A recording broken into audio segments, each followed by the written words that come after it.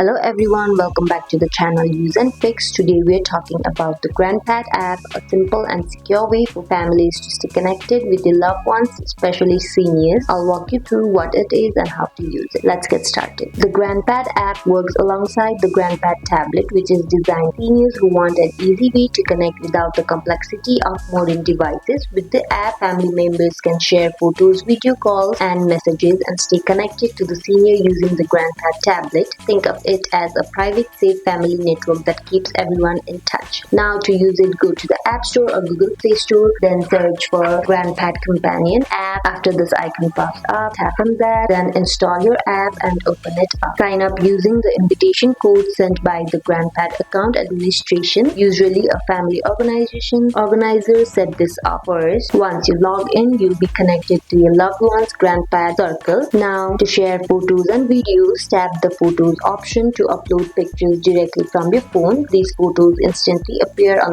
your GrandPad tablet. Make video or phone call using the call button in the app to start your video call or voice call. No complicated setup needed. It rings directly on the GrandPad. Tap on messages to send a text or voice message. Seniors can listen or read them easily. The family admin can approve and manage contacts, making sure only trusted people can connect. The app lets you see updates, shared content, and activity, keeping everyone in the loop. The GrandPad system blocks spam and unknown numbers, keeping communication safe. Large buttons, clear icon, and no ad make it stress-free for older adults. Everyone in the family can join the circle through the app and contribute photos, calls, and messages. There is also 24/7 customer support if you need help setting things up. And that is how you can use the GrandPad app, a simple way to keep your loved ones connected without confusion or complexity. I hope you guys found this video helpful. Like if it did, and comment down if you have any questions. Thank you for watching. Bye.